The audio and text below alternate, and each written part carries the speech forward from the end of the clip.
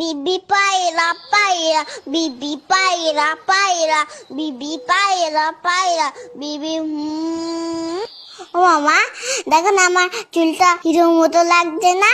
হ্যাঁ তো, তবে বাবান চুলটা আরেকটু কাটিয়ে নিয়ে আসি চল, তাহলে পারফেক্ট হিরো লাগবে।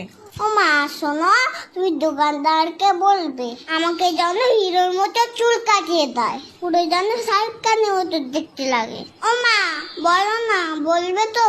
বলবে না তো? উফ, চুপ কেন করে রয়েছো, কথা কেন বলছো না? হ্যাঁ হ্যাঁ রে বাবা, দোকানদারকে বলবো তোকে শাহরুখ খানের মতনই চুল কাটিয়ে দেবে। ওকে।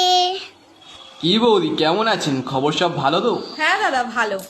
আরে বাবান, কেমন আছো? হ্যাঁ ভালো আছি, তবে আমার কিন্তু হিরোর মতো চুল কেটে দিতে হবে। তুমি পারবে তো? আগে বলো, নয়তো তোমার কাছে কাটবো না। সব রকম কাটতে পারি আমি, তুমি এখানে এসে বসো। আমাকে একটু উঁচু করে দাও, আমি তো মুখটাই দেখতে পাচ্ছি না। হ্যাঁ তাই তো, তুমি নামও, আমি উঁচু করে দিচ্ছি। দেখো আবার যেন সব চুল কেটে দিও না। আহ বাবা নড়ো না, কান টান কেটে যাবে কিন্তু। ও দাদা, একেবারে মুড়ো করে কেটে দেবেন। হ্যাঁ হ্যাঁ, বুঝেছি বুঝেছি। আহ, আমার চুলগুলো কোথায় গেল? ও বাবান, তুমি কাঁদছো কেন? তোমাকে তো রোজনীকান্তের মতো লাগছে দেখতে।